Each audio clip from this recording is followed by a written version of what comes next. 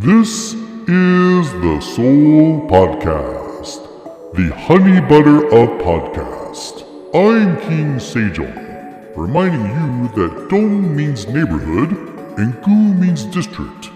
You can have dong in your goo, but you can't have goo in your dong. And here are your hosts, Emma Kalka and Joe McPherson. And welcome to the Soul Podcast. This is Joe. And I'm Emma. Let's just get started with the drink of the week. What are you drinking? You're not drinking anything really interesting, are you? Yeah. No, I'm not today. I was too tired. I actually took a nap as soon as I got home from work because I knew we were going to be recording. Like, I need a nap. So I've got like my usual caffeine fix going on.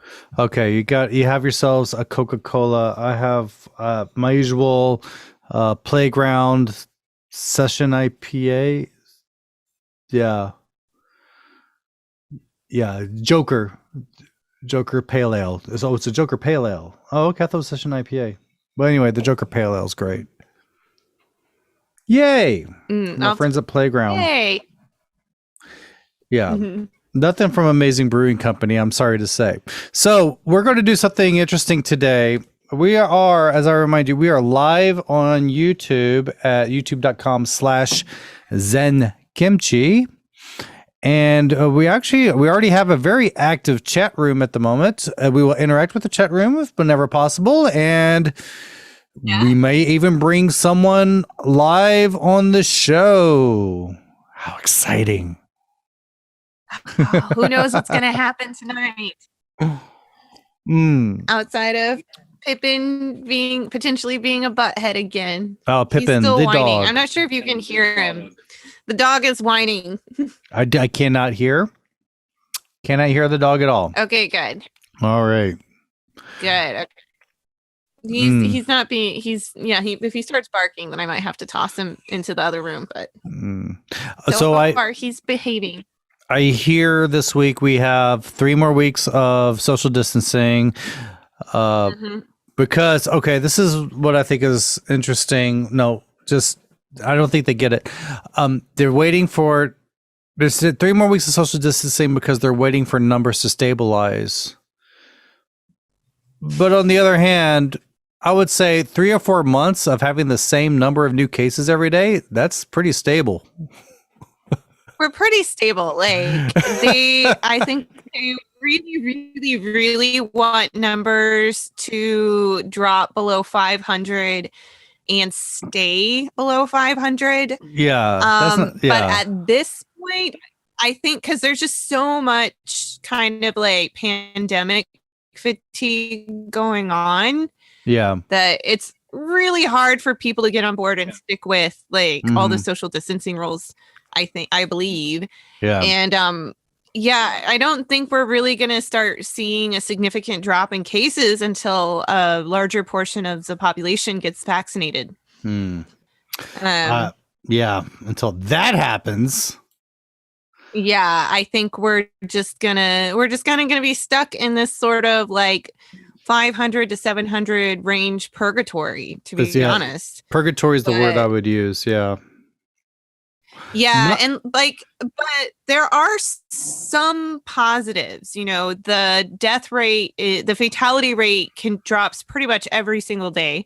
We're now down to like 1.43% on the fatality rate, and it used to be much higher than that. That's like lower than the death rate in general. Isn't it? And there's the number of critically ill patients is not that high. It continues to drop.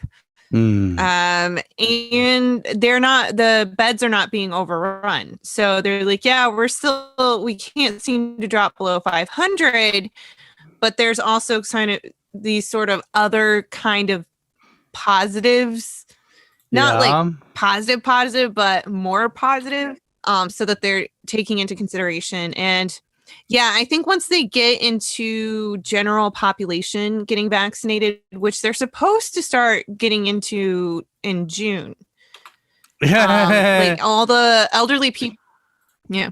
The elderly people are kind of wrapping up with their vaccinations. I think they're allowed to make reservations until 3rd. They make 8%. They make up 8% of the population. I thought we were an aging population. I'm thinking of the numbers. Are we really vaccinated all the old people if we're just up to 8% of the numbers? Well, they're not vaccinated yet. They're making reservations. Their reservation time is open. And they start their actual vaccinations the first week of June, I believe. So like the first 2 weeks of June is when all these like 60 to 74 kind of crowd is going to be actually getting in and starting vaccinations. Well, you know what I'm doing is I'm getting on this new app when they come out or whatever they're doing. So it's supposed to be like May this week. Is you. It's like the it's a no-show list. It's like at the airport. It's like standby at the airport. Okay, yeah. So if somebody makes an appointment and then has to cancel at the last minute, you can go take their appointment. Right. I'm going to do that. I'm looking into that. I'm going to do that. I want to do that because I'm thinking I just thought this over lunch yesterday because I have a lot of things I need to take care of in the U.S. because I have not been in the U.S. since 2012. Oh my gosh, It's been that long. No. Has it been 2012? Oh my God, it's been that long. Things to take care of. I was thinking, why don't I just do a quick trip this summer? If I can get vaccinated in Korea, which means that I get the card that I don't have to do quarantine when I return. Then I just might just go ahead and do that. Shout out to Cat and Mo and Jason Verney in our chat room. Hey guys.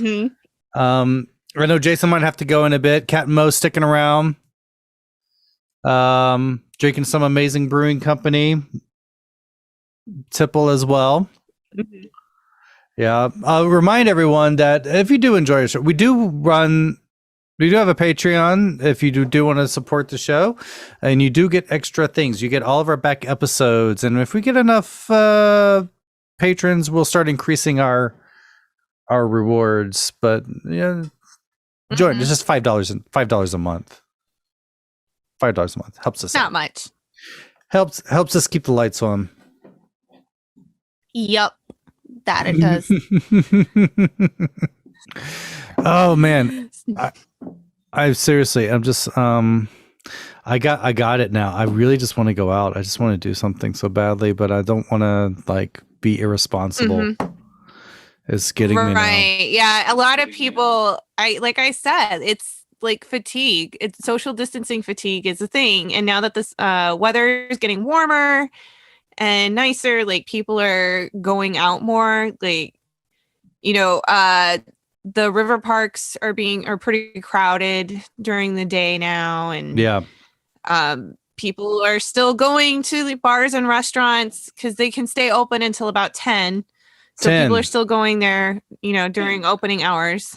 Yeah, I'd forgotten about going back to their homes and continuing to drink. Right.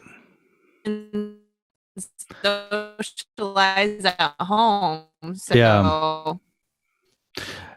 I forgot about that this week. I had 3 holiday, so there were 4 of us. Yeah. 4 of you? Yep. We were under the limit. There were 4 of us. Oh, okay, 4.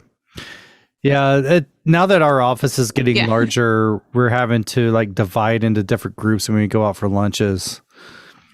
Or order in. Oh, right. Yeah, because you can't go out all together if there's more than 4. Well, we can't sit at the same table. So we just split up between different tables. Yeah, that's what we've been doing. Yeah, so we were under the right. We kept it safe. We followed the guidelines. There were only 4 of us, but we sat on my balcony for like 4 hours. Just because the weather was so nice. In my world, a nasty sunburn.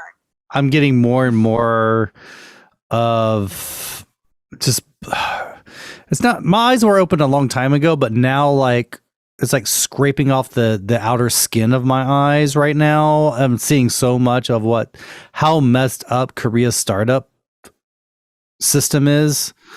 enterprise system is. It's just so it's very government oriented.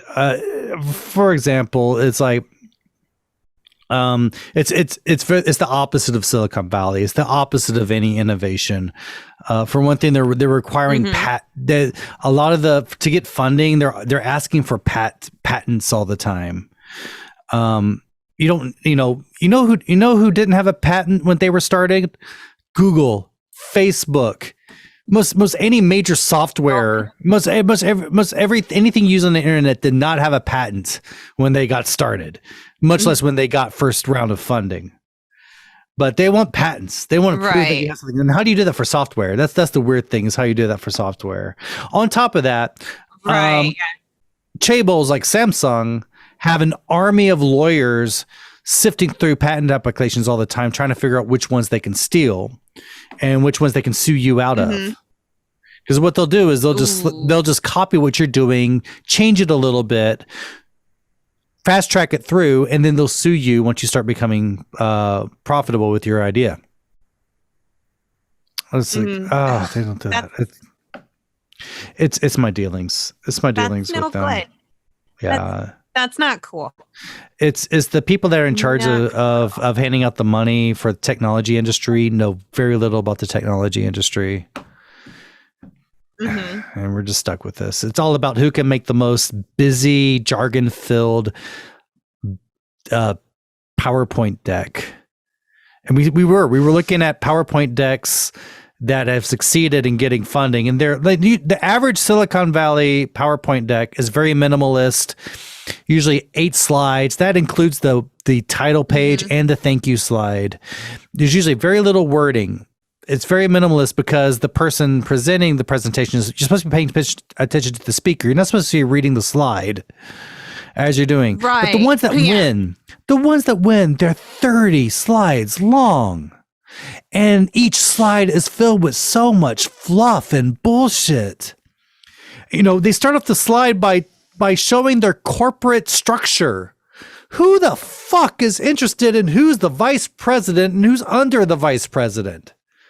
Really? How would that determine if you're a viable company or not? That is the dumbest thing. But these are the ones that pass through.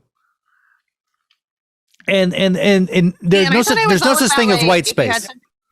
There's no such thing as the white space. The government loves stuff. If you ever look at a government website and how busy and it's just full of junk it is, that's what they want in their presentations. It's just got to be filled with crap just to prove that you did your homework. They don't have to understand any of it. It's just got to look busy and it's got to be as full as an impacted colon. That's what it has to be. And these are the ones that are getting funding. And you could easily, any person could look at this. My daughter could look at any of these PowerPoint presentations and go through and say, how is this a viable business? How is this different from anyone else? How are you just not copying something that's already done by someone who's actually further along? It's just dumb. And I was showed one example of someone who got the funding for an invention that defies the laws of physics. But they showed the patent that they had for, what was it? It was a spotlight they were going to use for the Navy that was going to save power by distributing the light of a laser. Now, I'm not sure if people know how lasers are formed. It's shot like a gun. You can't disperse a laser. That is impossible. You can change the direction of a laser, but you can't spread the light of a laser. That's not how a laser works. But these people just showed like we could do it. We could do it with this little lens. And no, they were scam artists. They were just going for the government money. But the people making the decisions don't understand this. They're just impressed by a wordy, over-the-top presentation with cool transitions, like it's a Star Wars movie.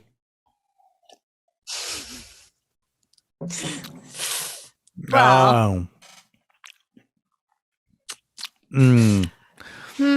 Jason in the chat room is saying that the vaccine program in the UK is doing well.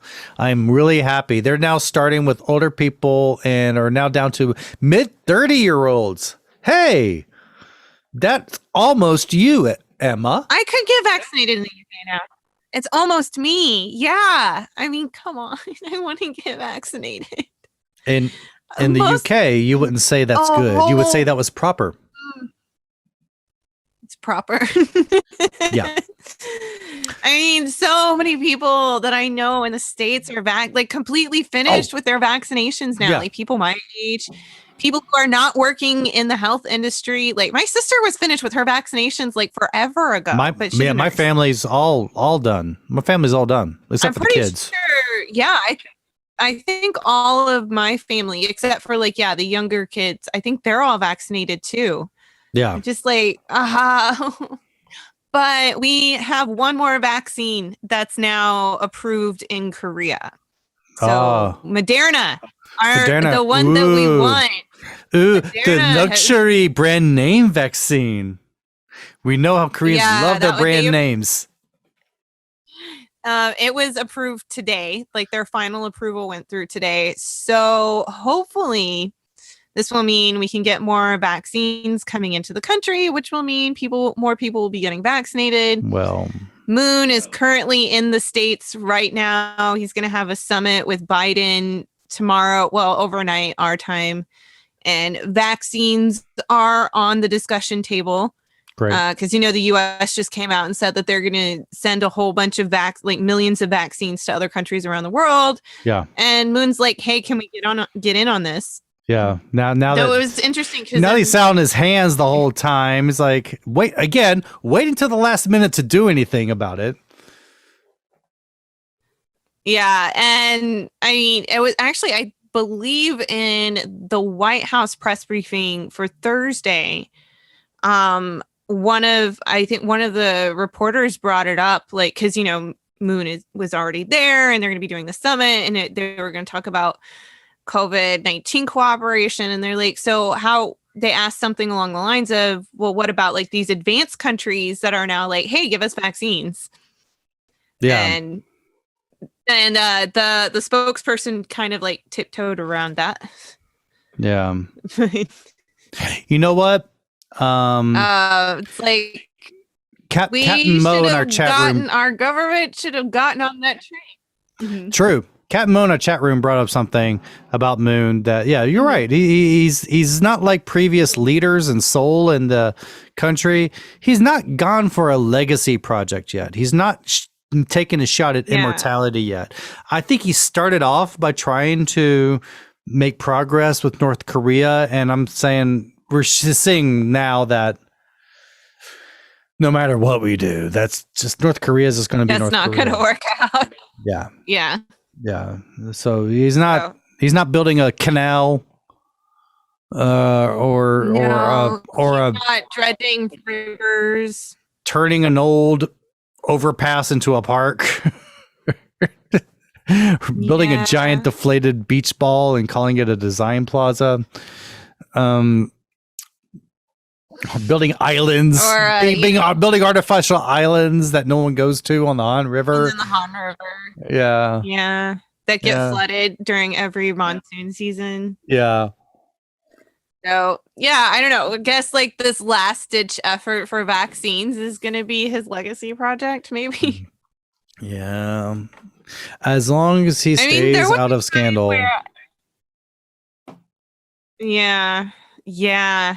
It would be cool if maybe his legacy is that he is the president that doesn't get tossed in jail after his tenure. His term is over. That would be cool. I think that'd be great. I think I said from the beginning, if he can get through without having an investigation on him for corruption or anyone in his family for corruption, his face will end up on currency one day. Yeah. Pretty much. It'll be on the 100,000 won bill or something. I don't know how many. Yeah, how many of the last presidents have gone to jail for something legitimate. Well, the last two are currently in prison. That was for... Last two are currently in prison. Right, the one before committed suicide because he was under investigation. The one before him was tainted because he was under investigation. Everyone before them, they were investigated. And then we get down to the dictators, and which one is still alive. God's still alive. But he served some jail time. No, isn't there like a trial going on for Chun Doo-won right now? I'm not aware of that. There was something. I don't know if it's finished. There is one way to find out. There was something. Okay, Google. Oh, Google, come on. Chun Doo-won. Okay, Google. Is there a trial going on for Chun Doo-won right now? It's not good. Oh my God, it understood me perfectly. Yay. Oh, libel trial in Gwangju. No, that was last year. Oh, was that last year? Yeah. Right. Okay. Yeah, that's what Sean just said. There was a libel trial. Like he filed against somebody else, correct? Or was it the other way around? It was the priest. I know it was the priest. Yeah, that's what it was. Who's dead. I just can't remember if Chun filed against him or if he filed a libel claim against the priest, if I remember correctly, and then lost. Yeah, that's what it was. They're like, no, the priest did not libel. He did not commit libel because you're sent helicopters with guns to Gwangju. You're a freaking public figure, man. I mean, yeah. The Korean libel laws eventually are dying away. They're dying down. They're finally being they're being normalized or not normalized, but they're being a little less outlandish and protecting bad people, because that's mostly they've been used to protect bad people. For example, not facial recognition. People's not getting their faces blurred as much, right, Emma? Yeah, right, correct. Yes, people segue. That was a good one, actually. Yeah, like people who are committing heinous crimes are no longer being protected in the media. They're actually, I feel like this last year or so, there's been, I don't know if it's just me, but I feel like there's been a lot more cases where people who are going to trial for committing murder, or even like the inbong thing, all of these heinous crimes are now just kind of like, whoop, here's your face, here's your name, you can't hide anymore. Yeah. Whereas take in the responsibility past, for what you did. I feel like, yeah, and I feel like in the past we didn't see that as happening as much. Like, unless you were a foreigner, of like they wouldn't hide foreign faces. That was a long time ago. That actually, if you listen to our old SeoulPodcast episodes from like 10, 13 years ago, Brian and Joel brought this up a lot, and we'd do side by side photos and show that in some photos they blurred the Korean faces and didn't blur the foreign faces. It's like, actually, like, just complete your project, man, before you turn it in. Blur all of them. Blur them all. Yeah, no, but the latest, there was this guy who owns a karaoke, a norebang, and he apparently killed this guy over a money dispute, and then went and dismembered him. Yeah, so it wasn't like a crime of passion where this was calculated. Beat him up. He actually like. Yeah, we covered this on Dark Side of Soul, one of our episodes. But they've released. Yeah, I just saw that. I saw that today, but we're getting at least partial names, and I think some pictures. I'm not sure, but yeah, I just kind of noticed that this year. I feel like they're kind of like getting away from that. We have to protect somebody's identity, even though they've committed a really horrible, heinous crime, and people should know. I think like, this guy exploited like 50 people. Yeah, more court cases are coming out, and I think maybe that Chengdu 1 case adds to that. The more what's it called? Judicial. Dang it! See, I'm forgetting my law courses, and it'll come to me. Just like last week, we were discussing stuff, and I went. As soon as I got down to editing the show, I went, yeah, Ted McGinley. I'm like, I was trying to remember his name last week. The guy who gets on shows right when they're jumping the shark is Ted McGinley. In case anyone remembers from last week when we had the wonderful Barry Severus on. What? Oh, I remember from last week. It's like, oh no, I remember you talking about that last week. Yeah. The murder itself was a couple years ago. Oh, see, yeah, I was just kind of looked at. I didn't realize that the crime was committed 2 years ago, but quite a while back. They're writing, I guess, his trial. Yeah, I don't know. I guess like something was going on with him today. There was an article about it today. He says he's really, really, really sorry for committing murder, but he's really, really, really sorry that he got caught. Because he just remember the guy, and he was put him on his bicycle, and he was biking all around to dispose of the body on the Anyang on the Anyang River. I mean, I remember these old details, and there was a point where it always seemed to be around Goyang, Ilsan areas, where they kept finding body parts in the river. It was like a string of just weird stuff. It was just like a summer or a time when Goyang was the center of weird news. No. This must be something different, because it says that he was killed around 2 a.m. on April 22nd. Oh, never mind. Oh, never mind. Incheon. So this is a different karaoke guy. Incheon. Different karaoke owner. Yeah, in Incheon. So this happened just recently. Yeah, I was about to say, if it happened 2 years ago. And if it happened when he was supposed to keep his Noribang closed, because weren't they supposed to be closed for the pandemic? Yep. He's accused of dismembering and distorting a dead body and violating the Infectious Disease Control and Prevention Act. So okay, so he did. Okay, they did tag him on that at least. Okay. Yeah, so they got him for murder. They got him for incorrectly disposing of a body, and they got him for correctly disposing of a body. Did not put it in the right recycle bin. I'm sorry. That is crass. I know that's an awful thing that happened. Yeah. Also, I happen to be working on an article right now about burial trends in Korea. So it's like, I actually know of the proper ways to dispose of a body. I mean, not dispose of a body, to bury a body. Inter a body. Inter a body. We actually have a Dark Side of Soul podcast about that. In fact, yeah. I just keep thinking of Arrested Development. I keep thinking of Arrested Development, and where you have this guy come out with one arm and comes out, and that is why you don't open your karaoke bar during a pandemic.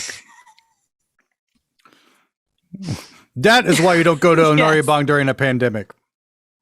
Because you might get murdered. Yeah. That you could get murdered. Life lessons. Life lessons. Life lessons. Don't go to karaoke or don't go to a Noribang during a pandemic, because you could get murdered. Yeah. Definitely not gonna. I haven't been doing Noribang in like 5 years, so that was not a big thing for me to give up. Oh, I do enjoy my Noribang because it gives me memories of my first couple of years here. I have good memories of it. I was updating my Chromecast, which that's how I watch my Netflix and stuff on my TV. And they now have a karaoke channel, and a lot of the stuff is free, and they have lots of fun. It's not the usual. I'm so used to the Korean catalog of what's available, and they have stuff which is usually about 6 years behind everywhere. Yeah. I mean, there's some fun stuff, because the fun thing about a Korean Noribang is finding the most obscure song possible in their catalog, which I've been able to do. it's not that difficult, actually. No, they have vintage you striper. have a harder. It's harder to find, like, I would say, like, the latest US top 40 in Korean Doraemon. These days, they used to be on top of it. They used to be on top of it, and it's still the same MIDI tracks. So now, this karaoke thing has like proper, real instruments on the tracks, and so Gianna and I were just flipping through. We were just trying out some of the songs, and we were like, "Oh, this is actually kind of fun." So we were singing songs together. We were just sitting back. She was, my daughter is typical. She's only 10 years old, but she's typical teenager. She's sitting back on her phone, just like Groot. She's just on her phone, and then I turn it on, and then suddenly we're both just singing along with the song. We start singing Moana or something like that. It was fun. It was really fun. That's pretty cool. Yeah, I think that's definitely a good thing to have during pandemic, especially for like families, or if you live with people. Heck, I live by myself, and I would probably turn it on and just like dance around my living room with my dog singing. Yeah, it was fun. I think I'm going to have more fun with this. There are new channels available now on Chromecast. But it also, I hate saying this, but the consolidation of media has made it easier for me to get channels I couldn't get before because I'm out overseas. It's hard to get those channels. But now that I have Paramount Plus and I'm able to use the VPN with Paramount Plus, I don't have to enter my local cable provider number or anything like that because I don't have a local cable provider. So now I'm able to watch vintage Nickelodeon. I'm able to watch vintage MTV. Like I had it on Beavis and Butthead, Daria, 1980s Double Dare. You Can't Do That on Television is on there. But what I looked for, in reference to last week's guest, Barry, I was looking for Don't Just Sit There. They don't have it. They don't have it. Oh no, they don't have her as the guest. Oh man. What's so amusing? Because I started the Double Dare.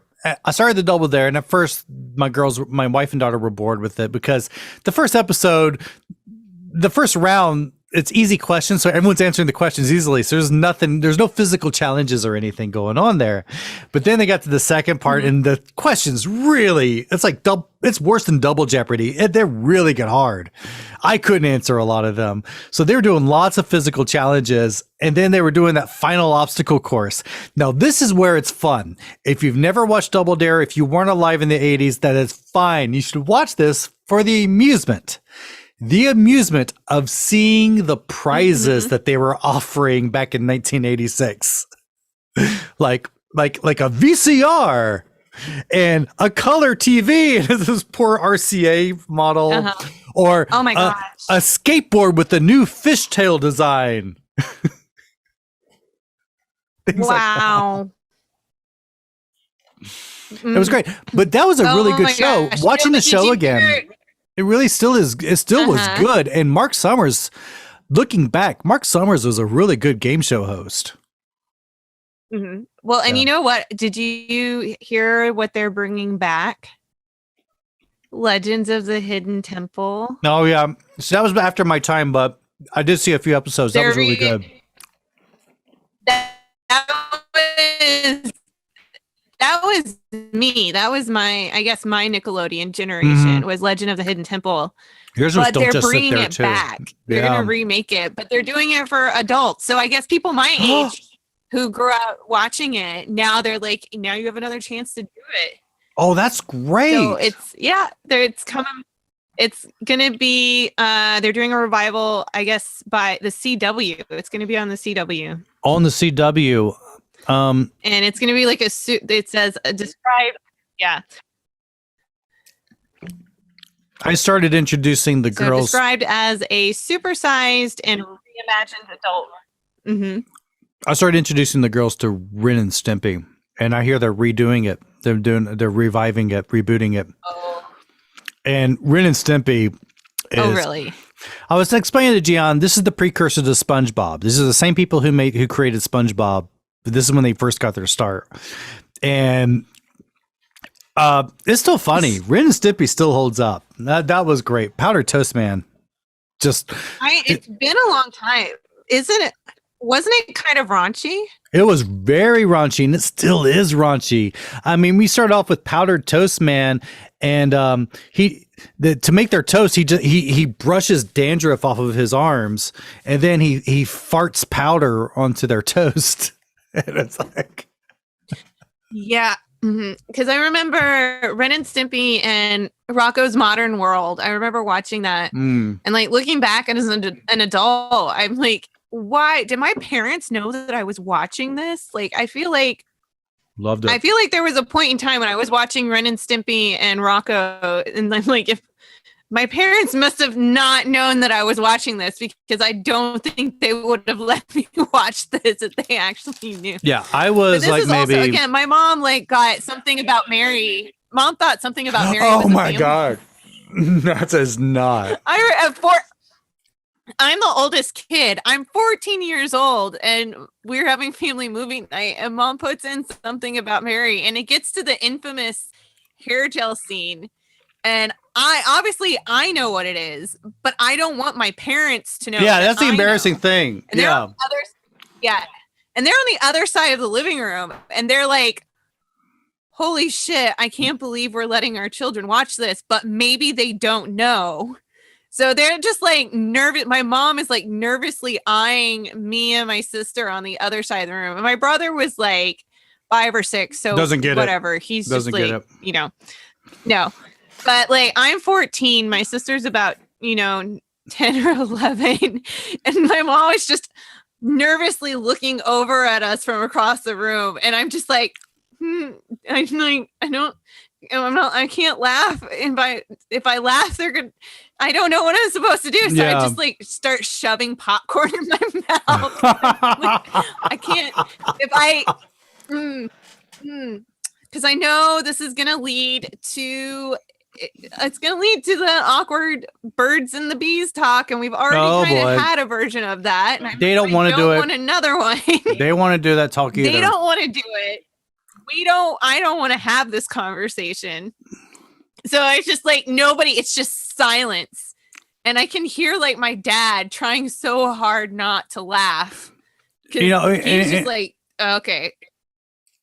And you're always scared. Okay. When you're a teenager, you're so scared that your parents are going to embarrass you talking about sex or anything like that, or implying anything. It went the other way around last night. My daughter embarrassed me, made me feel ashamed. So, Gian is now basically the same height as her mother. I mean, they've been able to wear each other's clothes, but yesterday they went all out, and Gian was just wearing EJ's entire wardrobe, including underwear. And I said, "You can't believe." And I go up to EJ and I say, and Gian's there, and I say, "Can you believe?" And they're next to each other, and she's wearing. I say, "Can you believe she was inside of your tummy?" And I pointed, "Can you believe she was inside of there?" And GM points at my crotch and she goes, "Half of me was inside of there too." I would have just been like, turn around, leave. I turned around and I shrank away.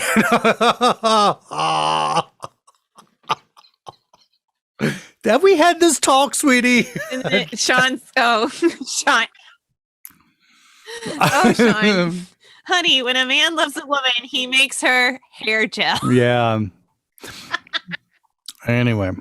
What's happening? Things going on this week. I don't know much about the story, but man in his 20s was caught jerking off at an apartment block library in Cheonan. 4 hours doing that. Wow.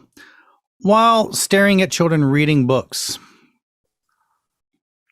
Just out for hours. Like, oh, that man needs to be in jail. Yeah, but I really do think this is the tip of the iceberg of something we're not addressing. I'm checking out the article now. There's not much in the article. Oh, true. There could be other. Oh, on top of this, I mean, they're also he also violated quarantine.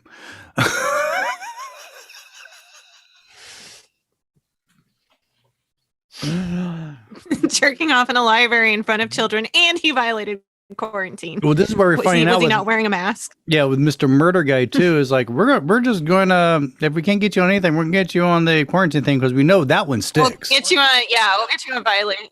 That one will stick. Yeah, and then you get like 6 months, at least 6 months in jail. So yeah. You can't do this. Which is probably more than. You can't say I was drunk or you must understand my unique situation. No, violating quarantine, you have no excuses for that. Nope. And yeah, because so lately everybody's been getting about 6 months for any sort of quarantine violation, which is probably more than they would get for most sex crimes. So, oh man, there you go. Oh man, I want to see what they said. Well, I don't know. They've changed a lot of the punishments the last few years when it comes to sex crimes, so maybe that's different. Yeah, that's true. That is. But true. Just for hours, so they just let him sit there for hours doing this, and no one was like, maybe we should not let him do this. Yeah. I have not, or at least like follow up on this. Check and make sure. I know. I feel like there's circumstances there that should have been looked into. Or just paying attention. 4 hours. 4 hours. So 4 hours. It's like that old skit. You here for an hour. He's there for hours. For 4 hours in a library, in a public library. Yeah, and that also kind of shows that they're not really paying attention. Was he like off in a? Yeah, I'm like, how? First of all, how did they let this go on for that? I mean, I feel like, that's something you would notice and put a stop to fairly quickly. Yeah. Or I don't know, maybe it was a situation where like everybody's like, if we pretend we don't see this happening, maybe he'll stop. Maybe it was a case of that. No, I think it was just no one was paying attention. Everyone's busy. No one was paying attention. Or it's not my business. No. It's not my business, doing that. Wait, so how do they know he was sitting there jacking off for 4 hours? Was it did they go back and look at CCTV? I mean, on the article, there's blurry CCTV video, and it's obviously the children's section of the library. And they're saying he's wearing gray sweatpants and a black T-shirt, and he had his hands in his pants doing something in their sweatpants. So they don't know who he is. He just was like there. And he's arrested. He's arrested. He's arrested. Yeah, he's arrested. Yeah. Okay. Yeah, he got caught. I was about to say, like, what, did he just like walk out and then somebody happened to go through the CCTV and they're like, oh my God, this guy just sat there with his hand down his pants for 4 hours and nobody noticed. I got a link to it on the show notes, and which we post on our website at SeoulPodcast.com. Yeah. All right, I'm gonna do time wasters of the week. Or look, this is how we used to end the show. We do time wasters of the week. I try to find something fun for us to look at. There's let's see, where is it? Here we go. It's a YouTube channel. I love the title of this week's show. Oh, that's just because I can't think of anything. Look on YouTube I don't know. for an account called George Johnson. Yeah. George Johnson. He is an expat here. And he doesn't do he does some videos, but to me it looks like he flips apartments, I guess.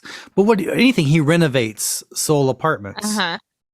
Or Korean apartments, and it's fascinating. So what he did, he's there's this one video I have linked in our show notes where he took the same type of half basement apartment that you see in the movie Parasite, the one with the raised toilet where you have to crouch right under the ceiling just to poop. And he showed how he turned it into a normal bathroom, and he shows the finished versions of this apartment. It looks livable when he's done. And wow! Wait, how much money he spent. spent. I'm assuming. Oh my gosh! Yeah, because I'm looking at it now, and holy mother. Yeah. That is a nice looking bathroom. Yeah, he changed it, and he shows some other things, and then some people like before. Yeah, he shows some things that he did, and the big thing is also you have to deal with the odors. So he came up with some ways to get rid of the odors from the sewers, because you're underneath the sewer line basically. Yeah, right. So, but he put in an advanced. Obviously, it's a bidet, toilet, a pretty modern style wash basin. It's very fancy. Toilet. Yeah, beautiful, and he's furnished it with a beautiful king size bed and a basement apartment. Wow, I know basement apartments. Like, I would actually live in that basement apartment. He put in beautiful wood. It's not linoleum on the floor. It's actual. It's the ash wood that does. It looks like the wood that does undul. It conducts undul very well. The floor heating system. Oh wow! Yeah, so I'll name the site George Johnson on YouTube, and the what I'm looking at is called "Fixing Parasite Toilet." Fascinating YouTube. So I wanted to end it on something positive. This week. Yeah, this is located. Because it said like. Oh, they had to like completely redo the waistlines and everything. This is in Gunja. I actually used to live around this area a long time ago. Wow. Yeah. Fascinating. And I love seeing things like this. Cool. Because as foreigners, we always feel like we're apart from society. In fact, there was another article I was posting about where Korea, again, ranked fairly low as far as favored nations list. There's a survey people do of different world nations around the world and how the immigrants, expats feel about it. Korea ranks low again. It doesn't really help all the crap they pulled since coronavirus of making us feel like we're not part of the society. And all the barriers they put up to just keep us changes separated. To stuff. But I love seeing parts like this where we're actually integrating in the society itself. Because that is, honestly, as much as we poke fun at things, we do want this as our goal. We do want to be integrated in Korean society because we love this country. We love being here. We just get tired of feeling like we don't belong here. Yeah. Yep. Some of us eventually give up. No, you're not giving up. You're going for a new adventure. You're going for a new adventure. Right. Yeah. This is true. I'm going to the next level of adventure. If you gave up, then when you go to Austin, you would totally forget about Korea and you would just talk trash about Korea. I don't think you will do that. I think Korea will all be in your heart. No, I don't think I will either. As much as you on the show talk about Oklahoma, you're going to be talking about Korea the whole time when you're in America. You're going to be like Michelle. People are going to get so sick of me. You're going to be like Michelle, the band geek from American Pie. And you're going to be like, this one time in Korea, you're going to be like Korea? The whole time. It's one time in Korea. I will try and temper myself because I don't want to be annoying with it. You won't. Especially if you get together with Brittany. You're gonna go nuts. Yeah, we gotta be careful. Yeah, you're gonna be like that way. It was me, Brittany, and a bottle of wine. Oh my god! Me, Brittany, and a bottle of wine. That could be just like. I just want a podcast of you two getting together. Oh no! That. Yeah, that would be so cool. Me, Brittany, and a bottle. Maybe we should start a podcast. Just Emma, Brittany, and a bottle of wine. Yeah. And that'll be the name. As cynical as Brittany sounded like she was on the show, and Brittany was on the show around two weeks ago. You know what? I have a feeling that she will feel the same about Korea. Korea is really special to her too. Mm-hmm. It's right. You left because the society doesn't let you in, but you still bring the society with you because it's your choice. It is your agency that you want to be a part of the society. You still always, part of you, I think, will always be a little bit Korean. I bet when you move to Austin, you're not going to wear shoes in the house. No. Right. I will continue with my house slippers. Yeah, you're going to be back. I've been doing it for over a decade now. You're as soon as you can, you're going to find whatever Korean fried chicken places are available to you. You're going to be doing that.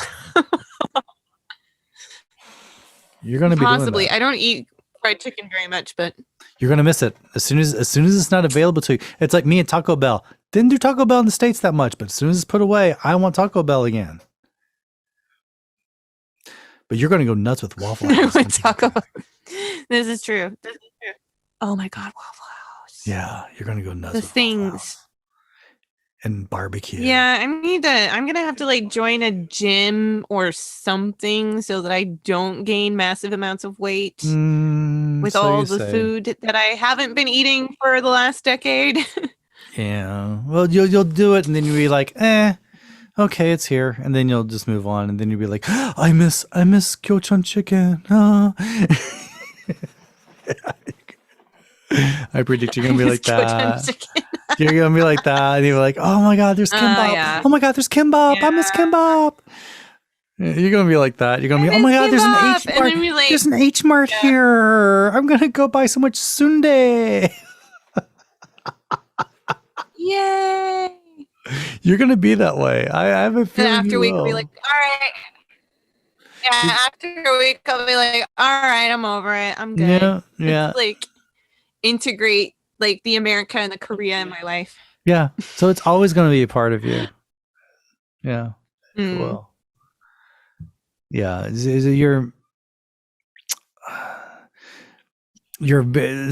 always say it was the difference between the old expats and the more recent expats is the old expats just saw Korea as a stopover to do other things, but the other ones, the more recent ones, are here because they want to be here and they really appreciate and they embrace the culture as much as they can, even though the culture doesn't embrace them back. You know what? And I'll come out. This is my feelings about my home state of Alabama is, yeah, okay, I'm embarrassed to say I'm from Alabama lots of times, but I still love the place, but the place doesn't love me back. That's how I feel about it. It will not accept me as who I am. And that's how I feel about it. And Korea's the same way too. But Korea, honestly, I think Korea accepts me more than Alabama does. But I love both places. I love both places. Yeah. All right. Same anyway, just to remind you, thank you for listening to us on this week. We likely will have a guest next week. And this was fun. Participate in our chat room. We try to go live every Friday. It's around 7:30 on Fridays on YouTube at youtube.com/Zen Kimchi. I'm just going to keep it on Zen Kimchi for now, just to keep everyone together in our happy family. If you want to join our Patreon, join it. If not, no big whoop, but at least subscribe to our podcast. That helps us out a lot. If you like it, say something about us on like Apple Podcasts. Just give us a review. Reviews help a lot. All right. Anything else to say? We like reviews. We like reviews. Nope. I think that's it's about it. All right, everyone. Until next time, be safe out there. Bye. The Soul Podcast is a production of Zen Kimchi International, copyright 2021, under the Creative Commons license. Parts of this podcast may be used for non-commercial purposes if you remember to give us credit. You can contact us at sejong@soulpodcast.com. That's SEJONG@soulpodcast.com. Follow us on Twitter @King Sejong and on Facebook at facebook.com/soulpodcast. For a transcript of this episode, listen to it again and write down what you hear. See you next week. Until then, may your girlfriend never wear high heels for a day of hiking.